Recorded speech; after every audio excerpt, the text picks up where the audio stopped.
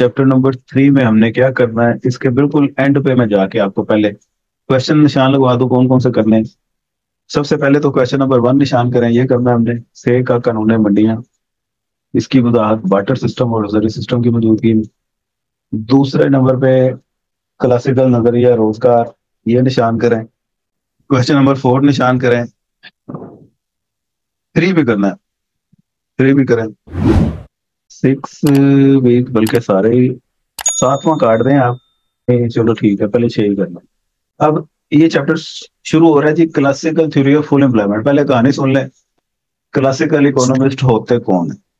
जिन्होंने इकोनॉमिक्स को स्टार्ट किया, जो इसके स्टार्ट करने वाले हैं वो क्लासिकल इकोनॉमिस्ट हैं सारे। ठीक है, अब 1776 में एडम स्मिथ ने एक बुक लिखी वेल्थ ऑफ नेशन के नाम से, अक़वाम दौलत। उस बुक में उसने इकोनॉमिक्स का जिक्र किया और इकोनॉमिक्स की इम्पोर्टेंस को बताया। उस बुक के साथ ही फिर इकोनॉमिक्स भी फेमस हुआ सब्जेक्ट, और जिस तरह बाकी subject physics chemistry bio math ये इंस्टीट्यूट्स में पढ़ाए सिखाए जाते थे, इकोनॉमिक्स भी पढ़ाया जाने लगा। तो यहाँ से फिर हम कह सकते हैं कि एडम स्मिथ, आदम स्मिथ, ये फादर ऑफ इकोनॉमिक्स है। समझे बात? अब 1776 में इसने ये बुक लिखी, तो ये 17वीं सदी हुई क्या 18वीं? 18 शायद गया, 18वीं सदी हुई, 18वीं सदी। हाँ, 18वीं सदी की ये बातें हैं। तो ये इसका मतलब है इतना पुराना सब्जेक्ट नहीं है। जिस तरह मैथ, फिजिक्स, बायो ये हजारों साल पुराने सब्जेक्ट हैं, उसकी निस्बत ये एक नया सब्जेक्ट है। तो अगर तो नया सब्जेक्ट है तो अपने माइंड को समझा लें कि इसमें नई थ्योरीज भी आ सकती हैं, और कोई भी थ्योरी आप अगर पढ़ते हैं सीखते हैं उसे हतमी ना माने। हो सकता है कि कल को उसकी बेटर अप्रोच आ जाए।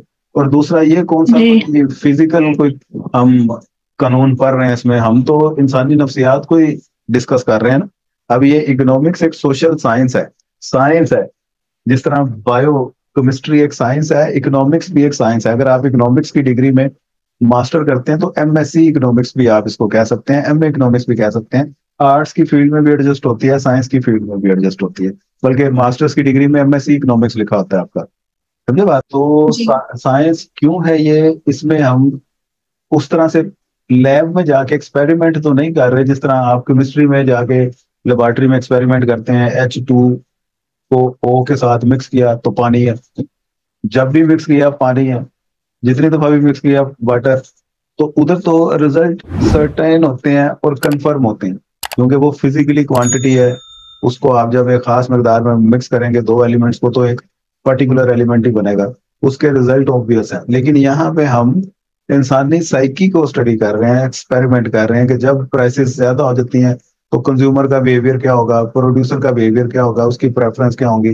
जब एक्स की प्राइस कम हो जाए, वाई महंगा हो जाए, तो कंज्यूमर का बिहेवियर चेंज किस तरह से होगा। इनकम में तब्दीली आ जाए तो बिहेवियर में क्या चेंज आएगा, कंज्यूमर के प्रोड्यूसर के बिहेवियर में क्या चेंज आएगा। ये थर्ड ईयर की इकोनॉमिक्स में ये सुंदर सारा करके आई हुई है, इसको पता होगा कंज्यूमर बिहेवियर और प्रोड्यूसर बिहेवियर वगैरह किस तरह से ये चीजें डिटरमिन करते हैं। तो काम तो हम वही वाला कर रहे हैं, लेकिन इसमें रिजल्ट ऑब्वियस तो नहीं है ना। पर्सन टू पर्सन वेरी करेंगे, हो सकता है किसी का बिहेवियर कुछ और हो, किसी का बिहेवियर डिफरेंट हो। इसमें हतमी तो नहीं ना कह सकते, हम क्या कह सकते हैं। अब अगले ही लम्हे आपके साथ कोई ऐसी सिचुएशन पेश आ जाए, आपको खुद अपना नहीं पता होगा आपने रिएक्ट क्या करना है। आपको हो तो मेरे साथ पहली दफा होगा, मुझे पता नहीं चला, लै भी अगली दफा ऐसी फिर दसांगी तानू। तो बेशुमार लोग इस तरह होता है। तो हमें अपना पता नहीं होता, तो हम इसके बारे में हतमी कानून भी नहीं बना सकते। लेकिन जनरल जो बातें होती हैं, जो जनरल रवैये लोगों के होते हैं, उसको देख के कुछ कानून बने हुए हैं इकोनॉमिक्स के। जिस तरह लॉ ऑफ डिमांड है, कीमतें ज्यादा करने से लोग उसकी डिमांड कम कर देते हैं, ये एक जनरल बिहेवियर है और हर तरफ इसी तरह ही होता है, इसलिए उन्होंने इसको लॉ का नाम दे दिया। इसी तरह लॉ ऑफ सप्लाई है, कीमतें ज्यादा हों तो प्रोड्यूसर सप्लाई ज्यादा कर देते हैं, क्योंकि प्रॉफिट मार्जिन उनका इंक्रीज हो जाता है। तो ये भी आमतौर पर लोगों का एक बिहेवियर है। इसी तरह law of diminishing marginal utility है, इक्वी मार्जिनल यूटिलिटी है, और इंडिफरेंस कर्व है, तरह तरह की लॉ ऑफ वेरिएबल प्रोपोर्शन है, बेशुमार इसकी थ्योरीज हैं। कंज्यूमर प्रोड्यूसर के बिहेवियर को डिस्कस कर रही हैं, लेकिन ये जनरल तौर पे उसको रिप्रेजेंट करते हैं। अगर बीच में से 100 लोग हैं, 98 पे ये कानून लागू होता है, बीच में से हो सकता है 2 कहते हो कि हम तो इस तरह करते ही नहीं है। भाई ये आप किस तरह से कानून बना सकते हैं? मैं तो इस तरह कीमत ज्यादा हो, मैं तो डिमांड ज्यादा कर देता हूँ, मैं तो डिमांड कम ही नहीं करता। तो ये आपने क्या बात लिखी हुई? वो होते हैं एक्सेप्शनल केसेस। इकोनॉमिक्स एक्सेप्शनल को डिस्कस नहीं करती, जनरल को डिस्कस करते हैं ना, अमूमी रवैया लोगों का जो है। फौजी, आप क्या कहना चाह रही थी? वो फिर मैं कह रही थी कि मतलब वो जो ऑब्जेक्शन होते हैं ना, कई हाँ, लोगों को उसमें ऑब्जेक्शन हो जाता है। तो वो बीच में रेयर केसेस ही होते हैं ना, सबको नहीं होता। हाँ जी। तो ये इकोनॉमिक्स अमूमी रवैयों को डिस्कस करते हैं, याद रखिए ये बात। जी। तो ये क्लासिकल इकोनॉमिस्ट जिन्होंने इकोनॉमी को स्टार्ट किया, इकोनॉमी के बारे में उनके अपने कुछ सेट पैटर्न थे। अब 18वीं सदी में उन्होंने जो जो देखा इकोनॉमी में, जो जो चीजें चल रही थी, उन्होंने वो अपने तजर्बात ही लिखने थे ना कि इकोनॉमी में ये चीजें होती हैं। अब ये जब कॉन्सेप्ट आया, इससे पहले ये नहीं कि लोगों को इकोनॉमिक्स के बारे में पता ही नहीं था तो ये होती क्या है, बिल्कुल ही कोई नई चीज आ गई, ऐसा हाँ। नहीं है। लोगों को कंजम्पशन तो वो पहले भी करते थे, सेविंग पहले करते थे, वो अपने हाउस होल्ड मैनेजमेंट पहले भी करते थे, अपने बजट को मैनेज पहले भी करते थे। तो सारी चीजों का उनको पहले पता था। सब्जेक्ट आने का मकसद ये है, एक सिस्टमेटिक वे में आप इसको अच्छे तरीके से समझें, और जिस तरह बाकी सब्जेक्ट पर रह जा रहे हैं इसको भी आप सीखें और अपनी इकोनॉमी को बेहतर करें। लेकिन ये क्लासिकल से लेके आजकल के मॉडर्न इकोनॉमिस्ट तक दुनिया, ये साइंस तरक्की कर गया, लेकिन उसके बावजूद भी मैं समझता हूँ कि इकोनॉमिक और इकोनॉमिक्स की लोगों को भी इतनी ज्यादा समझ नहीं आई। क्यों? क्योंकि अभी भी पूरी दुनिया में मसाइल गुर्बत के, महंगाई के, बेरोजगारी के मौजूद है। तो अगर तो मौजूद हैं तो मतलब इकोनॉमिक्स को अभी बेहतर तरीके से समझने की, सीखने की, इम्प्लीमेंट करने की जरूरत है। अगर तो ये मसले खत्म हो जाएंगे फिर हम कहेंगे ठीक है, अभी लोगों ने इकोनॉमिक्स को अच्छे तरीके से अंडरस्टैंड कर लिया है कि नहीं। तो ये चक्कर है, ये इसका हो गया क्लासिकल का इंट्रोडक्शन। अब क्लासिकल में सबसे पहले एडम स्मिथ ये लिखा हुआ है। एडम स्मिथ और इसके फॉलोअर जितने भी थे, जिसमें रिकार्डो हो गया, माल्थस, जे एस मिल, पिगू, मार्शल, जे बी से, वगैरह वगैरह वगैरह, ये सारे क्लासिकल माहिरीन कहलाते हैं। अब इनका ख्याल था किसी मईशत में हर वक्त और हमेशा मुकम्मल रोजगार के हालात रहते हैं। इन तमाम लोगों का मानना था हमेशा मुकम्मल रोजगार रहता है। मुकम्मल रोजगार मतलब एक आइडियल सिचुएशन है, और जितने भी मुल्क में लेबर है वो सारी काम कर रही है, जितना कैपिटल है वो सारा यूटिलाइज हो रहा है, जितने रिसोर्सेज है वो फुली यूटिलाइज हो रहे हैं, फालतू रिसोर्सेज कोई नहीं पड़े हुए मुल्क में। यानी हर आमिल पैदाइश जैसे मैंने सरमाया वगैरह पूरी तरह इस्तेमाल में आते हैं। दूसरे अल्फाज में हर शख्स को अपनी काबिलियत और सलाहियत के मुताबिक रोजगार मिल जाता है, और कभी भी गैर खुद इख्तियारी नौयत की बेरोजगारी पैदा नहीं होती। जो काम करना चाहता है उसको काम मिल ही जाता है। कुछ लोग तो वैसे ही हडराम होते, जमंदरू हडराम होते हैं। जमंदरू समझते हैं आप लोग किसे कहते हैं? हाँ जी, शुरू से। हाँ जी, ये देखे ना, ये फोदिया इन समझ लगी फैसलाबादी है ना। तो हम्म। जो मर्जी कर लो, उन्होंने काम हाँ कर, जी। बैठे हो गए जी भाई, मेरी आज तबीयत नहीं ठीक, आज बाहर गर्मी बहुत है, मैं हाँ नहीं जी। काम पे जा सकता। तो उन लोगों वो होते हैं, हर इकोनॉमी में होता है, उनको निकाल दें आप। उनके अलावा बाकी जो जितने भी लोग हैं उनको काम मिल जाता है, बेरोजगारी पैदा नहीं होती। यानी ऐसा कभी नहीं होता कोई शख्स रोजगार चाहता है उसे रोजगार ना मिले। एक तो इसकी बात ये हो गई कि मुकम्मल रोजगार होता है हमेशा। दूसरा, इन तमाम इकोनॉमिस्ट का मानना है क्लासिकल माहिरीन के मुताबिक हुकूमत को दखल अंदाजी नहीं करनी चाहिए मामलात में। हुकूमत नहीं होनी चाहिए, आसान अल्फाज में आप ये कहना। उस 18वीं सदी में नहीं होती होगी, आजकल तो भैया हर मुल्क में हुकूमत है। उस दौर में वो कहते हैं कि हुकूमत दखल अंदाजी फजूल करे, अवाम खुद इतनी समझदार है, जो खरीदार है उनको पता है क्या चीजें खरीदनी है, और प्रोड्यूसर है उनको पता है क्या क्या पैदा करना है। एक तरफ प्रोडक्शन होती रहती है, दूसरी तरफ कंजम्पशन होती रहती है, इसी तरह इकोनॉमी का पहिया चलता रहता है। तो हुकूमत ने फजूल इंटरफेयर करना है। अब इस चीज को वो आगे प्रूव भी करेंगे, साबित करने की कोशिश करेंगे। सेज लॉ ऑफ कानून, इसमें वो यही सिखाएंगे कि किस तरह से हुकूमत नहीं होती और इकोनॉमी चलती रहती है। बेसिकली आज इसका इंट्रोडक्शन ही आपको करवाना था, इसके बारे में थोड़ा सा आप देख के आए। से का कानून मंडिया अगली क्लास में करेंगे हम, उसे अगली क्लास में नजरिया मिकदार ज़र करेंगे। क्लासिकल नजरिया के मफरूजात, कुछ अजम्पशन है, ये भी आपने इसके साथ करके आनी है।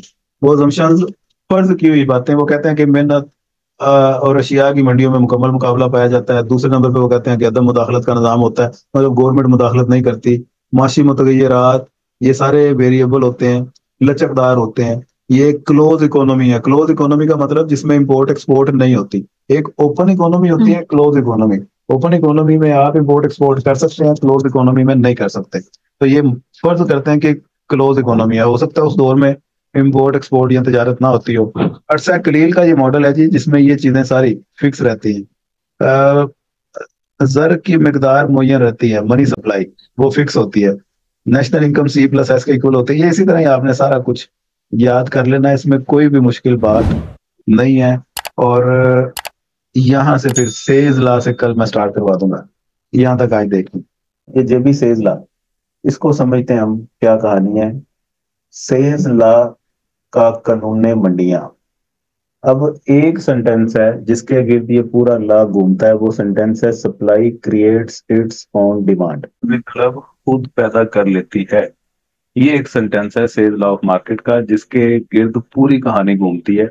अब इसी चीज को उन्होंने समझाने की और सिखाने की कोशिश की है कि रसद अपनी तलब खुद पैदा कर लेती है। साथ ही साथ वो ये भी सिखा देते हैं जो क्लासिकल के नजरियात हैं, जिस तरह मुकम्मल मुकाबला, किस तरह से मुकम्मल मुकाबला रहता है, और मजमुई तलब मजमुई रसद के हमेशा बराबर रहती है, बेरोजगारी नहीं होती। ये कोई 4-5 चीजें हैं जो जे बी से ने अपने इस कानून में वो डिस्कस की है। ठीक है जी। अब समझने के लिए ये कहता है दो तरह की इकोनॉमीज होती हैं, एक बार्टर सिस्टम की और दूसरा मनी मार्केट की। बार्टर सिस्टम का किसी को पता है क्या होता है? नाम सुना है? नहीं। हाँ जी। पहले पैसे जब नहीं होते थे, फिर चीजों के बदले जी। चीजों का तबादला होता था। हाँ जी। तो वो हाँ आप जी। उस पुराने दौर में वापस चले जाएं जब मनी करेंसी अभी इजाद ही नहीं हुई। ना मेटेलिक मनी है, ना पेपर मनी है, ना प्लास्टिक मनी है, ये कोई कोई भी मनी अभी जी। नहीं हुई। लोग चीजों के बदले चीजों का तबादला करते थे। चीजों के बदले चीजों के तबादले से मुराद कि जिसको गंदम चाहिए वो फिर गंदम वाले के पास जाता था। उसके बाद जो कपड़ा है मिसाल के तौर पे, हाँ जी। फौजिया के पास कपड़ा है, इसको गंदम चाहिए, सुंदस गंदम बेचती है, तो फौजिया ने कपड़ों का वो बोरा उठाना है और जाना है सुंदस के पास। तो कहना कि बीबी है फार कपड़े थे, तेरी मेहरबानी, मैंने गंदम चाहिए, गंदम दे दो। तो उसने हाँ जी। कपड़े रख के गंदम दे देनी थी। फिर उसने पहले कपड़े उठा के गई, वो फिर गंदम उठा के लेके आई। तो ये शुरू स्टार्ट में इस तरह से लेन देन होता था। इसमें कुछ मसाइल थे, वो मसाइल तो भी यहाँ पे डिस्कस करना इस क्वेश्चन का हिस्सा नहीं है। एक तो ये ढूंढना जी। पड़ता था कि ये गंदम कौन बेच रहा है, दूसरा जो बेच रहा है उसको इसकी जरूरत भी है कि नहीं है, ये सारी चीजें देखनी पड़ती थी। फिर आगे कितनी गंदम दे के कितना कपड़ा लेना, ये भी मसाइल का सामना उस वक्त लोगों को होता था। लेकिन बहरहाल मोटी मोटी कैलकुलेशन करके वो अपना टाइम पास करते थे और अपनी जरूरियात पूरी करते थे। ये कहता है जी, आप फर्ज करें बार्टर सिस्टम है, वापस चले गए। इसने प्रूव ये करना है कि बेरोजगारी नहीं होती, मजमूरी तलब मजमूरी रसद के बराबर होती है, और गवर्नमेंट की कोई जरूरत नहीं होती। समझे बात? कहता है जी आप बार्टर सिस्टम में चले गए और फर्ज कर लें हम, बहुत ही सिंपल कर लेते हैं कहानी को। एक मुल्क में सिर्फ दो लोग हैं, फौजिया और सुंदस। फौजिया कपड़ा पैदा कर रही है और सुंदस गंदम पैदा कर रही है। अब हाँ जी। फौजिया उतना कपड़ा पैदा करेगी जितना ये इसको खुद को जरूरत है, प्लस माइंड में वो सुंदस का भी रखेगी, क्योंकि उसको ये इसने कपड़ा देके गंदम भी तो लेनी। हाँ जी। दो लोगों का पैदा करेगी। इसी तरह सुंदस खुराक भी गंदम भी उतनी पैदा करेगी, एक तो वो खुद भी सरवाइव कर सके, दूसरा इसको कपड़ा भी चाहिए। तो उसने फिर फौजिया को देख के कपड़ा भी ले लेना है। तो साबित ये होगा कि एक शख्स को स्पेशलिटी किसी एक टाइम पे एक ही चीज में होती है। हो सकता है कि सुंदस के पास जरखेज जमीन है, उसने तो गंदम लगा ली, लेकिन फोदिया के पास जरखेज जमीन ही नहीं है, उसके पास कपड़े की सहूलत मौजूद है, उसने कपड़ा पैदा करना शुरू कर दिया। तो कोई एक आधी चीज ही आप जी। पैदा कर सकते हैं ना, तमाम चीजें तो पैदा कर नहीं हाँ जी। सकते। लेकिन हमने जी। इस्तेमाल एक से ज्यादा चीजें करनी होती हैं। तो आपको दोनों चीजें, कपड़ा और गंदम, जिंदा रहने के लिए दोनों चीजें चाहिए, लेकिन पैदा आप एक वक्त में एक चीज करेंगे। समझ लगी यहाँ तक बात? अब वो कपड़ा भी इतना पैदा हो रहा है कि दो लोगों की जरूरियात पूरी हो, गंदम भी इतनी पैदा हो रही है, दो लोगों की जरूरियात पूरी हो रही है। तो इसका मतलब अगर तो मुल्क में दो लोग हैं तो दोनों के दोनों ही काम कर रहे हैं, बेरोजगारी तो जीरो है। तो जितनी मजमूई तलब है वो मजमूई रसद के बराबर है, जितनी वो पैदा कर रहे हैं उतनी वो बिक भी रही है। गवर्नमेंट की इंटरवेंशन की जरूरत तो नहीं है ना, गवर्नमेंट के बगैर सही चल रहा है आप दोनों का सिस्टम। तो यहाँ से वो कहते हैं कि गवर्नमेंट की इंटरवेंशन नहीं होनी चाहिए, ये लोग खुद ही इतने समझदार होते हैं, अपने आपस में मामला तय कर लेते हैं। तो इन्हीं चीजों को फिर हम बेस बनाते हुए ये कहते हैं कि गवर्नमेंट नहीं होती, उसके बगैर मामला ठीक चलते हैं, और जितनी तलब वो रसद के बराबर हो जाती है, बेरोजगारी नहीं होती, और हमेशा मुकम्मल रोजगार की सूरत आ रहती है। जिस तरह इस एग्जाम्पल में भी मुकम्मल रोजगारी है ना, जितने रिसोर्सेज हैं फुली यूटिलाइज हो रहे हैं और तमाम लोग काम कर रहे हैं। अच्छा, अब फर्ज कर लें कि कोई तीसरा शख्स भी इकोनॉमी में एंटर हो गया। तो इकोनॉमी में जो तीसरा शख्स एंटर हुआ है वो भी कुछ ना कुछ काम करेगा। तो सप्लाई हाँ जी। तो ज्यादा हो गई, एक तरफ सप्लाई ज्यादा हुई है तो दूसरी तरफ डिमांड में भी तो इजाफा हुआ है ना। जी। जी। तो एक तरफ अगर रसद में इजाफा होगा तो तलब में इजाफा होगा, तो साबित ये होगा कि मजमूई रसद में मजमूई तलब के बराबर ही रहना है। ओके। हाँ जी। से का बार्टर सिस्टम में कानूनी मंडियां इस तरह से वर्क करता है और ये वैलिड है बिल्कुल, ये तो हमें समझ में आ गई। ये सारी कहानी आपने पढ़ लेनी है, ये आपको आसानी से समझ आ जाए। अब से का कानून जरी सिस्टम के तहत, अब वो कहते हैं जी अब बार्टर सिस्टम से निकल आए और वापस आज के दौर में आ जाए जहाँ पे मनी करेंसी है, नोट इजाद हो गए हुए हैं, जरी सिस्टम में आप आ गए। अच्छा थोड़ा सा सोच के बताएं, ये से का कानून जो सा है, अभी दो लोगों की एग्जांपल मैंने दी, वो बार्टर सिस्टम है तो वैलिड है, लेकिन अगर मॉनेटरी सिस्टम हो उसमें वैलिड है कि नहीं है, क्या कहते हैं आप? अच्छा, अब ये लोग कहते हैं कि बार्टर सिस्टम में से का कानून जितना वैलिड है उतना ही मॉनेटरी सिस्टम में भी वैलिड है, समझे? अब वो किस तरह, ये कहते हैं कि मनी इजाद हो गई है तो इसने लोगों की बार्टर सिस्टम की डिफिकल्टी को रिड्यूस कर दिया है। अब जहां पे पहले फौजिया को कपड़े का थैला उठा के जाना पड़ता था, फिर गंदुम लेके आनी पड़ती थी, अब फौजिया क्या हाँ करेगी, जी। पॉकेट में वो 100 का 1000 का नोट डालेगी और चली जाएगी सुंदर के पास, वो पैसे दे के बोलेगी मुझे गंदुम दे दो। इसी तरह जी। उसको अगर कपड़ा चाहिए होगा सुंदर को, वो फौजिया के पास पॉकेट में पैसे डाल के जाएगी और पॉकेट के ये लो पैसे बहन मुझे कपड़ा दो। तो काम तो आज के दौर में भी बार्टर सिस्टम वाला ही हो रहा है। हाँ जी, बट लेकिन पैसे देने होते हैं पहले, वो चीजों के बदले चीजें पैसे देनी देने होती हैं। होते हैं, तो साबित ये हुआ कि आज के दौर में बार्टर सिस्टम की डिफिकल्टी को खत्म कर दिया गया है, लेकिन काम आज भी बार्टर सिस्टम वाला ही हो रहा है। मनी सिर्फ हाँ मीडियम जी। ऑफ एक्सचेंज का काम कर रही है, एक हाथ से दूसरे जी। हाथ पैसा ट्रांसफर हो रहा है, और जिससे वो लोगों को दिक्कत, और जो उनको पहले फिगर करने में आसानी होती थी कितनी गंदुम लेके कितना कपड़ा दें, और ढूंढना पड़ता था कि भाई कौन गंदुम बेचना चाहता है और कपड़ा खरीदना चाहता है, इंटरेस्टेड है भी कि नहीं, कितनी दूर है मेरे साथ हाँ वाले गाँव में, के 7 मिनट दूर जाना पैंदा मैनू। तो वो सारे हाँ मसाइल जी। इस मॉनेटरी सिस्टम ने हल कर दिए, और काम वही हो रहा है। तो इसका मतलब अगर बार्टर सिस्टम में से का कानून वैलिड है तो मॉनेटरी सिस्टम में भी उतना ही वैलिड है, याद रहे की बात। हाँ जी। क्वांटिटी थ्योरी ऑफ मनी, नजरिया मिकदार जर। अब ये नजरिया क्लासिकल की मनी मार्केट को समझने के लिए है। पहले हमने से का कानून पढ़ा, वो क्लासिकल की गुड्स मार्केट को समझने के लिए था, अशिया की मंडी, जिसमें हमने ये सीखा कि बेरोजगारी नहीं होती, मजबूरी तलब मजबूरी रसद के बराबर होती है, गवर्नमेंट की इंटरफेरेंस नहीं होती, ये तमाम चीजें प्रूव भी की थी। और मनी मार्केट में या बार्टर सिस्टम में सेल्स लाभ वैलिड है, ये हमने सीखा, उसमें कोई दिक्कत तो नहीं है किसी को। अब वैसे चार मार्केट्स होती हैं, एक मनी मार्केट है, एक गुड्स मार्केट है, एक लेबर मार्केट, एक क्रेडिट मार्केट। लेबर और क्रेडिट मार्केट का मैं बाद में बताता हूँ कि सॉरी, क्लासिकल की मनी मार्केट को समझने के लिए एक क्लासिकल इकोनॉमिस्ट है फिशर, टी थ्योरी ऑफ मनी कहते हैं। इसमें उसने ये सिखाया कि मैं सीधा सा एक फार्मूला बताया, मुल्क में कीमतें ज्यादा क्यों होती हैं, उसकी वजह क्या होती है, महंगाई क्यों आती है। इसने कहा अगर मुल्क में आप मनी सप्लाई डबल कर दें तो प्राइसेस भी डबल हो जाएंगी, मनी सप्लाई हाफ कर दें तो प्राइसेस भी हाफ हो जाएंगी। अब मनी सप्लाई से क्या मुराद है, money currency, total money currency in circulation और डिमांड डिपॉजिट जितने भी हैं, वो आपकी कागजी जर है, प्लास्टिक मनी है, आपके ये कॉइन शॉइन है, इन सबको जमा करें और बैंकों में जितना पैसा रखवाया हुआ लोगों ने, डिमांड डिपॉजिट उसे कहते हैं, डिमांड डिपॉजिट जितने भी हैं उनको जमा कर लें, ये आपका सारा बन जाएगा मनी सप्लाई। समझे बात? मनी सप्लाई को देखते हुए हमेशा कीमतें सेट की जाती हैं। अगर मनी सप्लाई ज्यादा हो जाए तो लोग, प्रोड्यूसर ये समझते हैं कि अब लोग ज्यादा पैसे पे कर सकते हैं क्योंकि उनके पास अब पैसे ज्यादा आ गए, तो वो बैठे बिठाए चीजों की कीमतें इंक्रीज हो जाती हैं, तो रुपए की कदर कम होने से कीमतें ऊपर चली जाती हैं। और इसी तरह मनी सप्लाई अगर कम हो जाए तो इसका मतलब है कीमतें कम हो जाती हैं। अब यूं समझ लें कि मनी सप्लाई मुल्क में 100 रुपए की है, 100, एक एक रुपए के 100 नोट है, और 100 चीजें ही प्रोड्यूस हो रही, तो इसका मतलब एक चीज फिर 1 रुपए की बिकेगी, क्योंकि प्रोड्यूसर जिसने चीजें प्रोड्यूस की हैं वो लोगों की परचेजिंग पावर को देखते हुए प्राइसेस सेट करता है। उसको पता है कि मैंने 100 चीजें पैदा की हैं, अब मुल्क के पास अफोर्ड करने की ताकत ही 100 रुपया है, तो एक चीज की प्राइस एक जी। रुपया मुझे रखनी चाहिए, क्योंकि अगर मैं 2 रुपए रखूंगा तो फिर ये मेरी आधी प्रोडक्शन बगैर बिके हुए रह जाएगी, लोग 50 चीजें खरीद लेंगे, 50 बगैर बिके रह जाएंगी, तो मार्केट में फिर मुझे भी लॉस होगा, और ओवर प्रोडक्शन होगी, बेरोजगारी होगी वगैरह वगैरह। इसलिए परचेजिंग पावर को देखते हुए कीमतें एडजस्ट हो गई।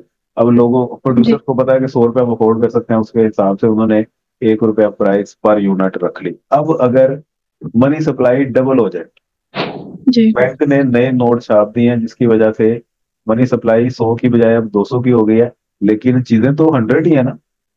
जी इसका मतलब अब 100 चीजें खरीदने के लिए लोग 200 रुपया अफोर्ड कर सकते हैं। तो अब पर यूनिट की प्राइस क्या हो जाएगी? एक चीज 100 रुपए की होगी तो 100 चीजें 200 के बराबर होंगी ना। तो हाँ प्राइस जी डबल हो गई, उधर से मनी सप्लाई डबल हुई, 100 से इंक्रीज हो गए 200 पे गई, इधर से जी प्राइसेस डबल हो गई। तो यहाँ से बात ये पता चली कि जितनी तेजी से मनी सप्लाई में इजाफा होता है, उतनी ही तेजी से कीमतों में इजाफा होता है। क्या हो गया? तो यहाँ से फिर हमें पता चला कीमतों का और मनी सप्लाई का आपस में डायरेक्ट रिलेशन है। तो ये एक सेंटेंस है जिसके गिर्द ये पूरी थ्योरी घूमती है। इफ वो एक इक्वेशन है, पी वी बराबर है, सॉरी, एम वी बराबर है पी वाई, वेयर जी एम है मनी सप्लाई, वी है वेलोसिटी ऑफ मनी, पी है प्राइस लेवल, वाई है आउटपुट या प्रोडक्शन। अब ये कहते हैं ये अरसा कलील का मॉडल है। अरसा कलील का मतलब है शॉर्ट रन मॉडल है जिसमें कुछ चीजें वेरिएबल होती हैं, कुछ चीजें फिक्स होती हैं। एम वी, इन दोनों में लेफ्ट हैंड साइड की अगर बात करें, एम वी, वी है वेलोसिटी, एम है मनी सप्लाई। एक नोट जितने हाथों पे गर्दिश कर रहा है वो उसकी वेलोसिटी है। एक नोट अगर 10 हाथों में गर्दिश कर रहा है तो वेलोसिटी ऑफ मनी 10 है। जी 20 हाथों में हाँ जी गर्दिश कर रहा है तो वेलोसिटी ऑफ मनी 20 है। जितने ज्यादा हाथों में वो गर्दिश करेगा, इसका मतलब है मुल्क के लिए उतनी उतने ज्यादा ज्यादा फायदेमंद है। हाँ जी 10,000 का नोट 10 हाथों में जाएगा तो मुल्क के लिए 10,000 का काम कर रहा है, 50 हाथों में जाएगा तो 50,000 का काम कर रहा है। तो जितना हाँ ज्यादा जी वेलोसिटी होगी उतने ज्यादा मुल्क के लिए नेशनल इनकम में इजाफा होगा। जी तो मसला यह है कि ये अर्सा कलील का मॉडल है, उसमें पॉपुलेशन हमने फर्ज किया हुआ है फिक्स होती है। अगर आबादी फिक्स है जी वेलोसिटी भी फिक्स होगी, क्योंकि सेविंग हमने इग्नोर की हुई है। बैंकिंग सिस्टम यहाँ पे है नहीं, सेविंग लोग करते नहीं है। तो टू सेक्टर इकोनॉमी है, बैंकिंग नहीं है, तो इसका मतलब वेलोसिटी फिक्स होगी अगर आबादी आपकी फिक्स है। समझे बात? अगर तो वेलोसिटी फिक्स है तो इसका मतलब एम वी, इस वी के ऊपर बार लगा दी मैंने, बार का मतलब ये फिक्स है। अब दूसरी तरफ पी वाई, ये है राइट साइड पे। अब आउटपुट भी फिक्स होती है, हमेशा फुल एम्प्लॉयमेंट होती है ना इसके। आपने फीचर्स में किया हुआ है क्लासिकल के, कि हमेशा फुल एम्प्लॉयमेंट होती है और गवर्नमेंट की इंटरफेरेंस नहीं होती। ये दो बातें शुरू में की हुई हैं, आपने याद है? जी तो अगर तो फुल एम्प्लॉयमेंट होती है, इसका मतलब है फुल एम्प्लॉयमेंट में आपकी आउटपुट भी फिक्स है, वो उससे ज्यादा तो हो नहीं सकती अपने मैक्सिमम लेवल पे। तो वाई भी फिक्स है, वाई के ऊपर मैंने बार लगा दिया। अब जो चीजें फिक्स हैं इनका रोल हो गया न्यूट्रल, इनको इन इक्वेशन से निकाल दें तो फर्क नहीं पड़ता, हमारे पास पीछे बचा एम बराबर है पी के। ठीक, तो इधर मैं लिख भी लेता हूँ, ये अरसा कलील का मॉडल है। उर्दू लिखने में मुझे बड़ी प्रॉब्लम होगी, टाइम लगेगा, इसलिए मैं ये आसान आसान वर्डिंग में लिख रहा हूँ। अरसा कलील में वी और वाई फिक्स होता है। इसका मतलब एम बराबर हो गया वी के, एम है मनी सप्लाई, वी है इसकी वेलोसिटी। तो मनी सप्लाई एम बराबर है पी के, तो इसका मतलब मनी सप्लाई वो बराबर है प्राइस के। अब बराबर है प्राइस के, मनी सप्लाई में जितना इजाफा करेंगे पी भी उतना ऊपर चला जाएगा, एम में जितनी कमी करेंगे पी भी उतना नीचे आ जाएगा। इसको ग्राफ के साथ समझा देता हूँ। एम वी की कर्व है। अब अगर मनी सप्लाई में इजाफा हो गया, फर्ज करें इकोनॉमी किसी एक पॉइंट पे है, इस ए पॉइंट पे है, इतनी इनकम है, आउटपुट है, और इतना मुल्क में प्राइस लेवल चल रहा है। मनी सप्लाई ज्यादा होने से ये एम वी कर्व आगे को शिफ्ट हो जाएगी राइट साइड पे। समझे बात? अब अगर ये मनी सप्लाई में इजाफा हुआ है तो वाई चूंकि फिक्स है, ये तो इधर ही रहेगा, लेकिन पी में इजाफा हो जाएगा। P1 से P2 पे प्राइस चली जाएगी। इकोनॉमी ए से बी पॉइंट पे चली गई, और इस तरह हमें पता चला कि मनी सप्लाई में जितना इजाफा हुआ वो देखें जरा, पी में भी उतना सेम सेम इजाफा लग रहा है कि नहीं? तो ये ग्राफिकली आपने बताना है कि जितना कीमतों में इजाफा हो जाता है उतना ही उसमें इजाफा हो जाता है मनी सप्लाई में। तो इनका डायरेक्ट रिलेशन है। ये आपने बुक से सारा नजरिया मिकदार ज़र याद करके आना है, डायग्राम के साथ मुझे इधर बना के दिखाना है। ये सारा कंप्लीट हो जाता है, फिर अगली 2 मार्केट्स का आइडिया मैं कल दे के साथ उसका कोई एम्प्लॉयमेंट का मॉडल आपको करवा दूँ। ठीक है जी। जी।